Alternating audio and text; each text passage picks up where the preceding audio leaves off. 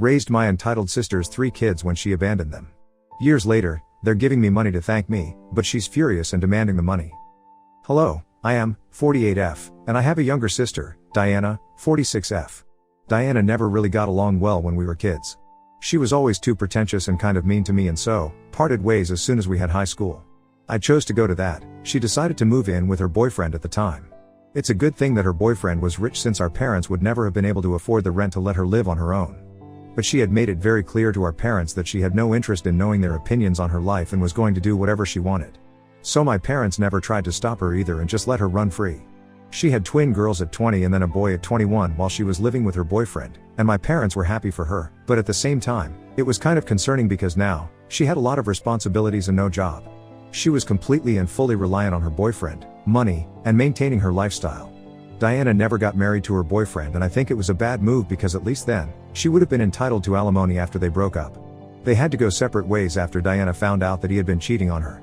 Thankfully, he did give her child support that she was entitled to. However, he chose to opt out of being a father and signed away his parental rights. The girls were both 3 years old at the time, so they were really young, and my nephew was just 2 years old. After that, my sister was completely on her own and she needed to get all the help that she could to be able to support herself. Now, I did not have a good relationship with her, but because of my parents, I decided to help her out. At the time I earned a decent amount of money. It was not enough to support all 4 of them, but I could at least contribute a small amount of money every month, along with my parents, and they got by the first few months.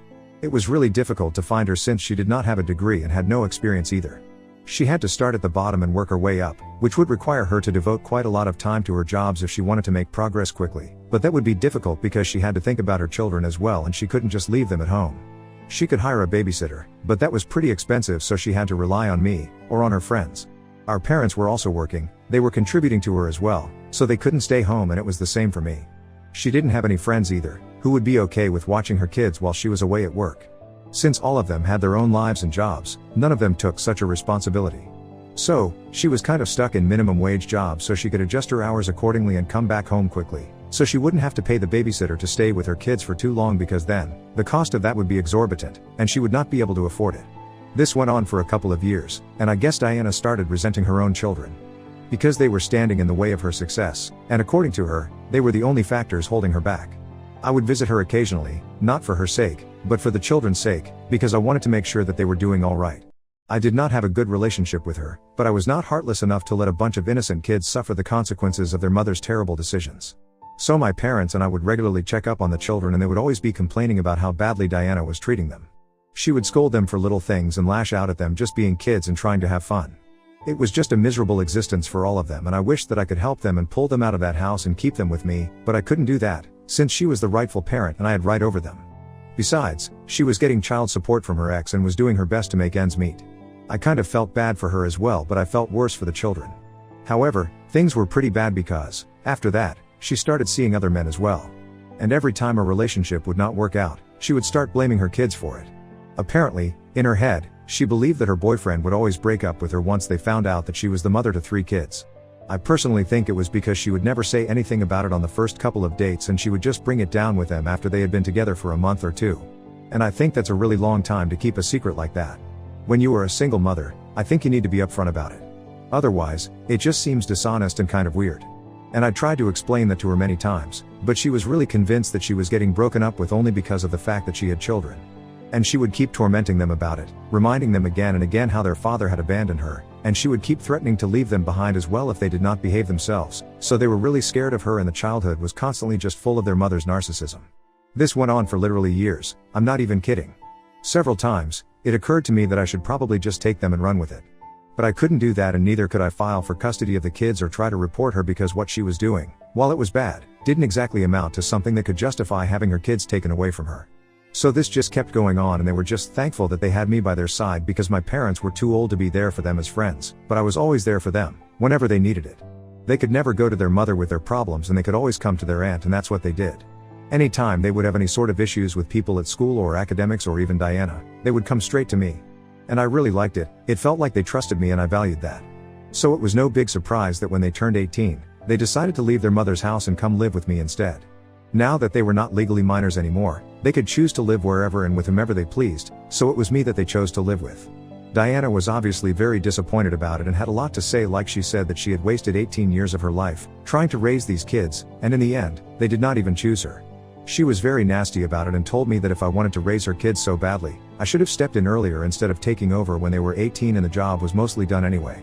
I so badly wanted to tell her that she hadn't rested. They had pretty much raised themselves because she was always out, either at work or after that. She would be out on dates with other men, who would eventually break up with them when they found out that she was a mother to 3 kids. And she did not have any sense of what she should prioritize, so obviously it turned out to be this way. The kids chose the person who had actually been there for them, over the person who had always tormented them and rebuked them, just because she could not find somebody and she was not happy in her life. It was just that she had never already realized that she was hurting them, just because she was hurting herself. But I did not want to rub it in her face because I knew that it must have been hurtful for her as well, which is why she was lashing out at me, so I just kept my mouth shut, and that was it. After that, we didn't really have any contact. Her kids decided to cut ties with her and live with me instead. She also decided to part with all of us and stopped speaking to everybody. Even our parents did not have any contact with them, which was strange because they hadn't done anything. I guess the fact that they had not tried to take her side against me when my nieces and nephew chose to move in with me pissed her off, and she cut them off as well. It has been 7 years since then and all of them are doing pretty well in life now. I honestly don't know what Diana has been up to, but I know that her kids are doing great. My nephew went to medical school and is now a pediatrician. One of my nieces has a degree in literature and is now a teacher, while her twin sister runs her own hair salon. I helped all of them take out loans for the business and I even financed them to the best of my abilities, and I am really proud of them now because they are doing so well in life and have come so far from the kind of home that they used to live in. All of them are living separately now. They only lived with me for 4 years, and even then, it was not exactly them living with me, since they would usually be in college and would only come back occasionally. I guess I just didn't want to come back to a home where they did not feel wanted. I'm talking about Diana's home. Anyway, it has been 2 years since all of them moved out and I'm so happy for all of them. I never expected anything in return for any of this because in all honesty, I was only doing this because I thought it was the right thing to do. They were just kids, and no matter the kind of bad blood that I had with my sister, I could never be heartless with them. I had always had a soft corner for all of them since I never had any kids of my own, and I never even got married. It was just not my cup of tea personally, but for them, I think I wanted to be there as a parental figure because their father was not in the picture, and well, we all know what kind of a person Diana was. So they needed somebody and my parents were too old for that job, so I stepped up. That was all that I had done. I never expected anything in return, but I am so glad that they are the kind of kids who think that I deserve a token of appreciation for what I did, even though I don't think that it was something that I need to be compensated for or whatever. However, about a week ago, I celebrated my 48th birthday. And on my birthday, I obviously invited my friends and my family, including my nieces and my nephew. I had a blast, and my nephew was kind enough to organize everything for me, even though I wanted to pay for everything. He told me that he was going to cover the expenses because now, he was making enough money to do things for me and express his gratitude. After the party was over, the 3 of them sat me down for a conversation and told me that the 3 of them had talked it out, and now that all of them were financially stable, they wanted to show me how grateful they were and were going to collectively write me a check and show me how grateful they were for everything that I had done for them. I tried to tell them that it was not required because I'm still working and I can totally financially support myself right now, so I don't need this, but they told me that it was not because they wanted to pay off the debt. They were sweet enough to tell me that they would never be able to pay off whatever I had done for them because it was a tangible amount, but the kind of support that I had shown them and the faith that I had always had in them, that was not something that they could compensate me for, and so, this was a little attempt at trying to express their gratitude. I was really touched by the heartfelt gesture and I decided to post about it on social media. I just wanted to appreciate them for whatever they were doing for me. My sister and I have not been in touch for the past few years, so I do not think that she would care. Anyway, I was blocked from every platform and I thought that she wouldn't even be able to find that, so I thought it was okay. And honestly, Diana had never bothered to get back in touch with us and try to find out how her children were doing after they had left home. Agreed, it was they who had cut ties with her first and moved in with me so they would be away from her, but that was kind of her own fault. The least that she could have done was express an interest in their life and try to be a mother to them so she would be able to rectify the mistakes she had made. But if I'm being honest, she did not seem to care much about the loss of contact and I assumed that she was doing just fine. Anyway, after that post, I received a message from her a couple of days ago. I was not expecting it because, like I said, for 6 years, we had not been in touch. But I should have guessed that as soon as she knew that her kids were financially stable, she would come sniffing like a bloodhound to find out exactly how much money she could get out of them. In her message to me, she told me that she had read the post that I had made and now, she wanted to talk to me about her children. She said that she knew she had messed up in the beginning and she had not exactly been a good mother to them the first time around. But now, she felt like she wanted to have a relationship with them. She wanted to give herself another chance as a mother since she felt like these past 6 years, she had missed them a lot. I don't know how much truth that statement holds because if she really had missed them, she could have contacted me at least just once. She told me she wants me to talk to her kids and try to bridge the gap between them since they respond well to me. The timing was nothing less than suspicious, and I chose to ignore that message because I was just really pissed off by what she was trying to do since it was so blatantly obvious. When I did not respond to her message, she called me in the evening and that's when I snapped. She told me that she wanted me to talk to her children and try to get them back in touch with her again, and I told her that I was not going to do anything of the sort because I knew what she was trying to do, and I was fully aware that she was only after them for the money. She did not actually care about their well-being. She was pretending to care about it because she wanted access to them, and by them, I meant their bank accounts. She had absolutely zero interest in being a mother again. If she actually regretted what she had done, she would have reached out to them directly instead of talking to me about it. She couldn't even let go of her pride and ego for 1 second. She still wanted her kids to reach out to her even though it was she had messed up in the first place. It was astounding how she was so entitled. She tried to argue with me and told me that she was not after them for the money, and it was insulting that I would imply it, but I told her I was not implying it. I was sure of it because it was pretty transparent, and I was disgusted and repulsed by what she was trying to do. She then tried to tell me that stealing everything from her. First I had stolen her children from her and now, I was stealing a fortune from her as well. So I told her that I did not need the money and I was initially skeptical about accepting the check, but now, I was going to take it all away from her because she did not deserve it. And now, she's crying about it on social media and going around telling everybody about what I said, trying to make me look like the bad guy. Some of my relatives actually think that I went too far with what I said, and that kind of made me seem greedy and think that I owe her an apology, which is unbelievable. And that's why I'm here to ask if Ida, because I told my sister that she does not deserve the money that her kids have decided to give to me. Update 1. Hey, so I discussed this incident with my nephew and nieces, as the comments told me to. They told me that they already had heard about this from a couple of relatives and they had been thinking about talking to me about it, but didn't exactly have the time to. However, now that I had called them over and discussed it with them, they told me that they thought I did the right thing. My nephew was very upfront about his feelings and said that he had never thought of his mother as a maternal figure in his life, and it had always been me because she had never even been there for him, and my niece had agreed with him. He had always been the most outspoken of the lot. It was unsurprising that it was all coming from him, and my nieces were too emotional to talk. But he was really angry and upset and told me that Diana had to speak to me because she had never done the bare minimum, and that was because of the fact that she was getting child support money from their father, and even then, she would constantly taunt them and make them feel bad about simply existing. It was not even their fault, which is true.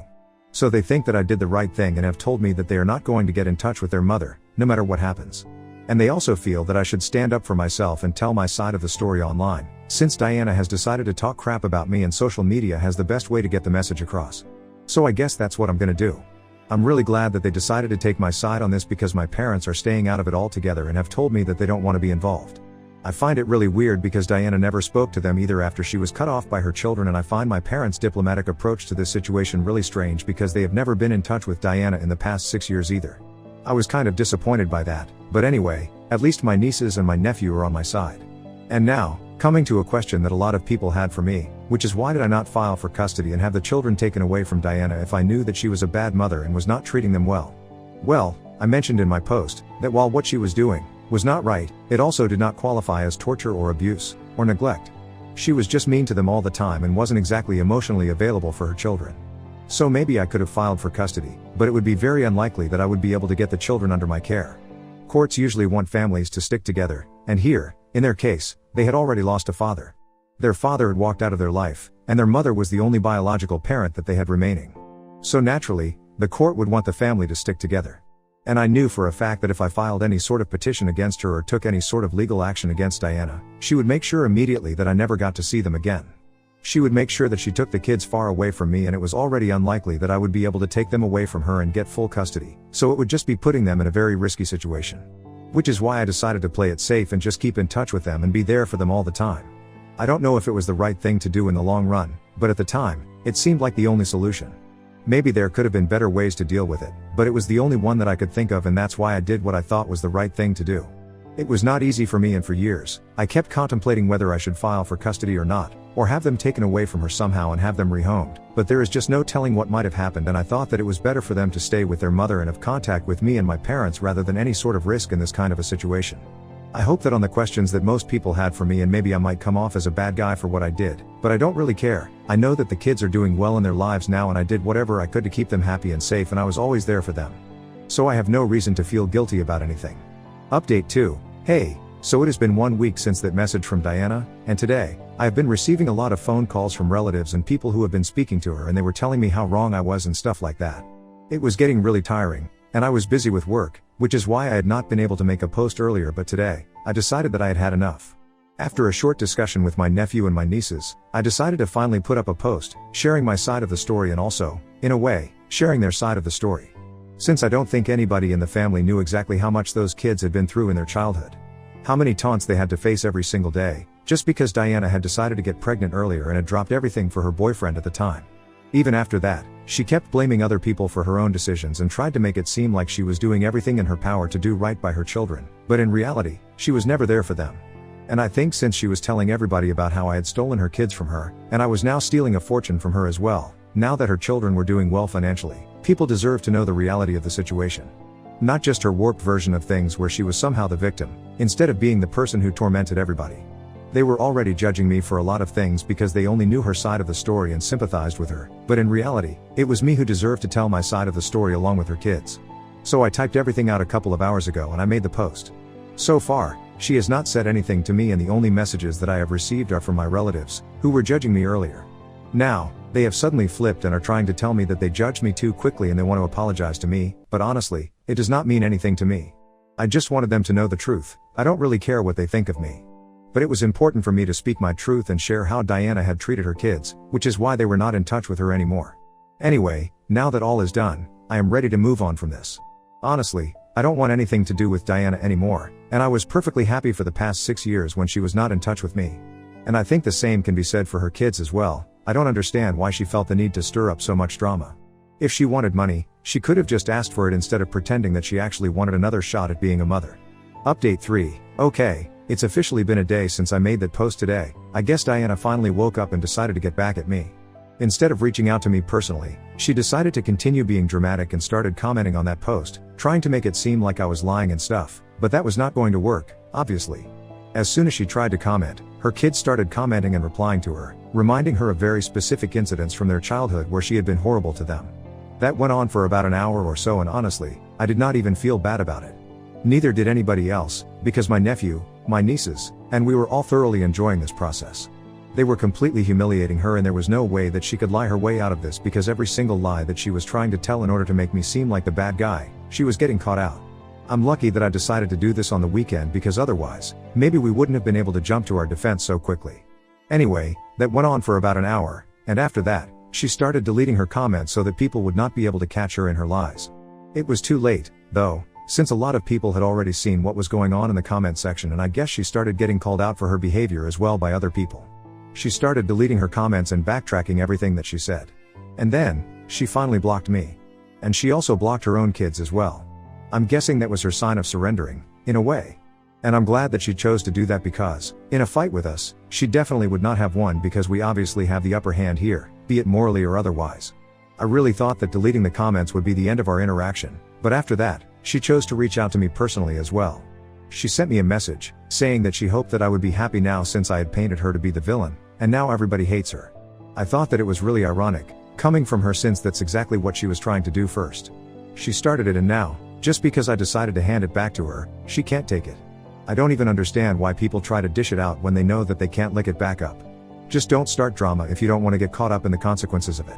Anyway, I ignored that message, and that's what all of us are going to go back to doing, ignoring her for the rest of our lives. Because she is not even worthy of our attention anymore, she has proven that.